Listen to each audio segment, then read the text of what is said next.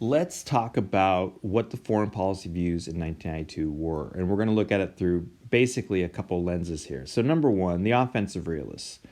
Try to remember what offensive realism is before we go on. So, offensive realism, here's the deal. No one except Russia is close to the U.S. in power. And the only reason that Russia is because it has nuclear weapons. But Russia itself is struggling at this point in 1992.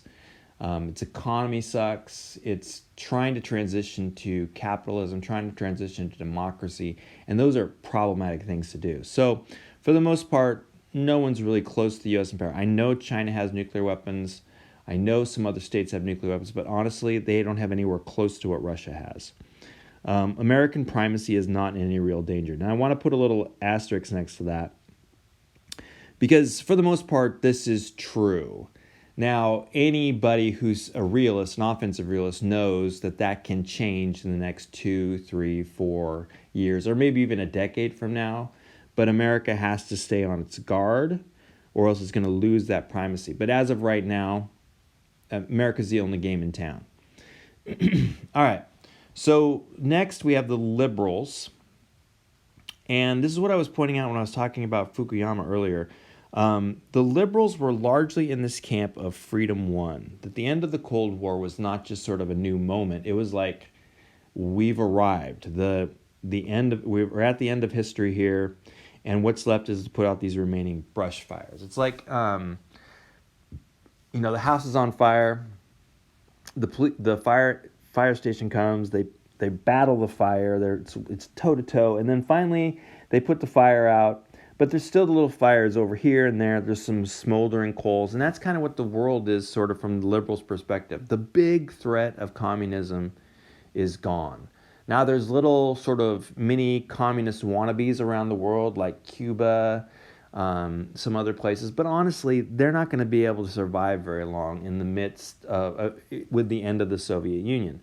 There's also other problems around the world, but they're little problems that can all be solved by more democracy, more capitalism.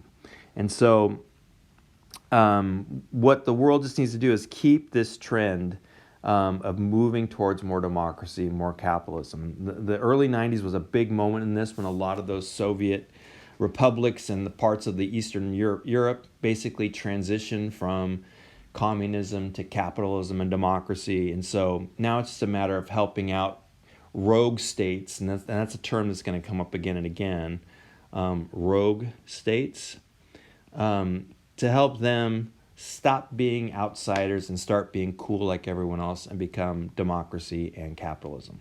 Lots of work left, but the work is not urgent like it was in the Cold War.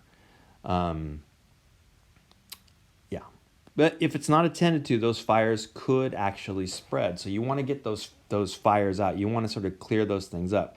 How do you do this? And there's two different perspectives on how you do this, just like we talked about. Liberalism has two different sort of ways of thinking about this. Liberal internationalism, which is you're going to use international institutions. This is really where Fukuyama sort of sits on this whole thing. You saw a good example of this in the Defense Planning Guide of this version, neoconservatism, that the U.S. will need to take the lead. The U.S. will need to remain vigilant. It will need to keep its military strong, but the job of that is to put out those remaining brush fires. In other words, to help the rest of the world move towards greater and greater freedom. Because if it is, then remember, two democratic states do not go to war with each other. So if the world is all democratic, it's going to be a peaceful place. And with the U.S. in charge, it's going to be even better. So this is the main way we're thinking at this. We're thinking at this point. The United States is. Yes, defensive realism. We're going to talk about here on the next slide. But honestly, this is where most of America is. The American public as well. Where the American public might differ is how much the United States needs to pay for all this. The United States should. We did the hard work of ending the Cold War. We should let others sort of figure out the rest of it. That's going to be part of this conversation going through the 1990s.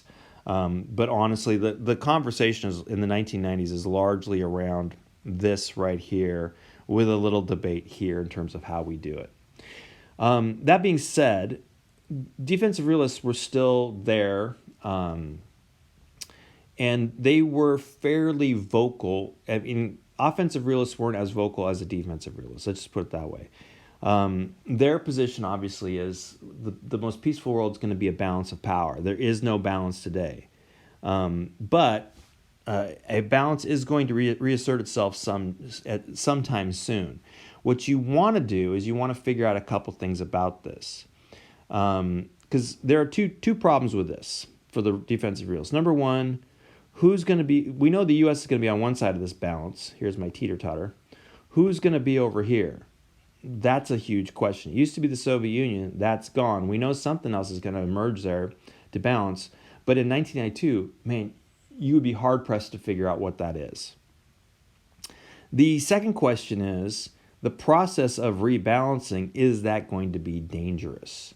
And how does the United States make sure that in the move from what we now have as a unipolar world to a bipolar world, that those things, that's not going to be more dangerous? So the job number one for the defensive realists is figure out who that next threat will be. And there's going to be tons of books in the 1990s. Everybody coming up with their idea of who it's going to be. China was a very popular one. Again, China in the 1990s was nowhere near the China of the 2000s and the 2010s, the China of today. It was more that argument that someday soon, China. Another popular one was Japan, even though it didn't have a military. Islamic fundamentalism was another one that was talked about. There was this sort of idea moving around in this time called the Clash of Civilizations, that instead of it being states versus states, civilizations, it's going to be civilizations versus civilizations, like the West versus Islam and things like that. It's a messy way, but go away thing. I don't know how to get rid of that. It'll just be there for a little while. But whether that became the case or not, who knows? But that was another way to think about this. You saw in that Robert Kaplan article that is it going to be new sort of urban things like transnational organized crime? Is that going to be the new thing over here? How does that fit in with realism, which says states are the main actors? So we have that coming anarchy of Robert Kaplan. Another possibility is a more united European Union as Europe starts to sort of work together a little bit better. Are they going to be the balance to the United States?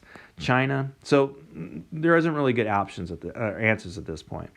Job number two is to stay vigilant so we aren't surprised, to make sure that when this happens, it's not like, the end of the Cold War was a bit of a surprise. So how do we make sure we're not surprised? When I say stay vigilant, that doesn't just mean pay attention to the news or anything like that, but keep the military strong, keep intelligence strong, things like that. Another element of defensive realists, this isn't going to be all of them, but it's going to be some of them, are going to be the isolationists, which are basically going to make the argument, all this is still true, but don't make trouble out there. The security dilemma, don't poke the bears out there. Don't put the United States in a position where it becomes seen as the threat. All right, now you're going to watch, it's a little bit of a long video, it's about 40 minutes, but you're going to watch a foreign policy speech of candidate Clinton. Candidate Bill Clinton, and just take a look at it. And again, I want you to ask, what is his grand strategy? Try to figure that out from the words and things that he's saying.